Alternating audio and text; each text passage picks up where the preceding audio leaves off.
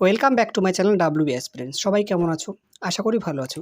ইতিমধ্যে তোমাদের first summative evaluation শেষ হয়েছে, তাই তোমাদের জন্য নিয়ে এসেছি মাধ্যমিক পারুল টার্গেট 2025 থেকে সেকেন্ড সামেটিভ ইভ্যালুয়েশনের ভৌতবিজ্ঞানের সেট নাম্বার 1, অর্থাৎ Arambagh high school HS Hooghly.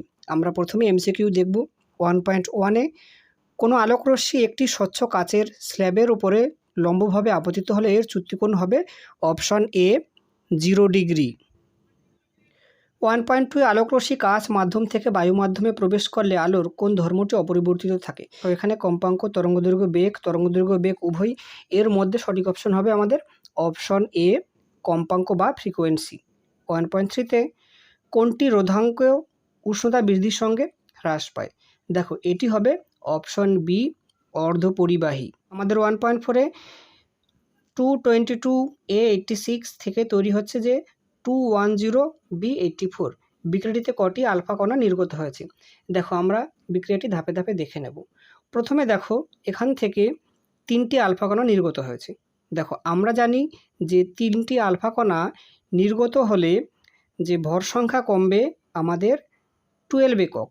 তাহলে কত পাচ্ছি? 222 থেকে 12 মাইনাস করলে পাচ্ছি 210, এবং 86 থেকে আমরা যদি 3 মাইনাস করি তাহলে পাবো 83।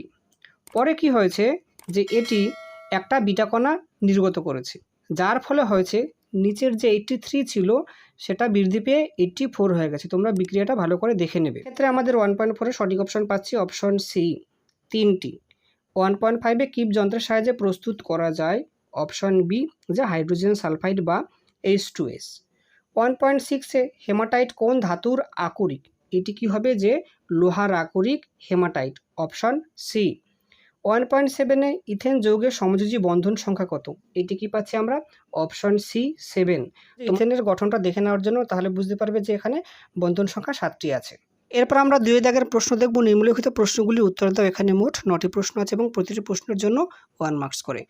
2.1-এ মোটর গাড়ির ভিউ ফাউন্ডারে কোন ধরনের দর্পণ ব্যবহার করা হয়? দেখো উত্তর কী হবে? মোটর গাড়ির ভিউ ফাউন্ডারে উত্তল দর্পণ ব্যবহার করা হয়। 2.2-এ মায়োপিয়া ত্রুটি দূর করতে কোন ধরনের লেন্স ব্যবহার করা হয়? দেখো মায়োপিয়া ত্রুটি দূর করতে অবতল লেন্স ব্যবহার করা হয়ে থাকে এবং হাইপারমেট্রোপিয়া দূর করতে উত্তল লেন্স ব্যবহার করা হয়ে থাকে। অথবাতে সমতল দর্পণের ফোকাস দূরত্ব কত? দেখো সমতল দর্পণের ফোকাস দূরত্ব অসীম। 2.3-তে ওয়াট ঘন্টা কোন রাশির একক? দেখো ওয়াট ঘন্টা তড়িৎ শক্তির একক। 2.4-এ একটি অতিপরিবাহী পদার্থের নাম লেখো। দেখো একটি অতিপরিবাহী পদার্থের নাম কি হবে? অ্যালুমিনিয়াম, যার সংকেত Al।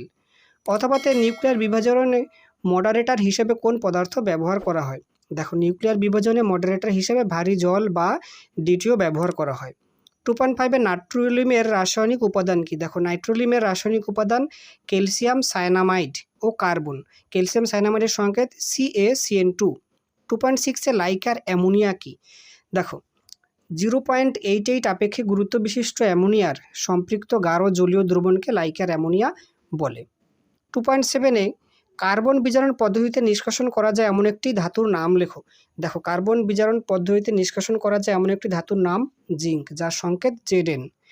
অথবাতে জাহাজের মরচে নিবারণের জন্য আত্মঘাতী ইলেকট্রোড হিসেবে কি ব্যবহৃত হয়?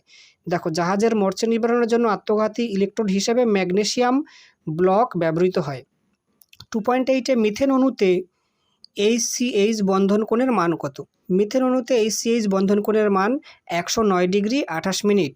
2.9-এ এসিটোনে উপস্থিত কার্যকরী গ্রুপের সংকেত লেখো। দেখো আমরা এর সংকেতটা দেখে নেব। অথবাতে ভিনেগারে উপস্থিত কার্যকারী গ্রুপের সংকেত লেখো। ভিনেগার উপস্থিত কার্যকারী গ্রুপের সংকেত হচ্ছে যে COOH। ডিয়ার স্টুডেন্টস, যদি ভিডিওটি ভালো লেগে থাকে অবশ্যই লাইক করবে এবং বন্ধুদের মধ্যেও শেয়ার করবে। আর চ্যানেলটিতে যারা নতুন এখনও সাবস্ক্রাইব করনি তাদেরকে অনুরোধ করবো সাবস্ক্রাইব করে অবশ্যই পাশে থাকবে। সবাই ভালো থাকুন, সুস্থ থাকুন। দেখা হচ্ছে পরবর্তী ভিডিও।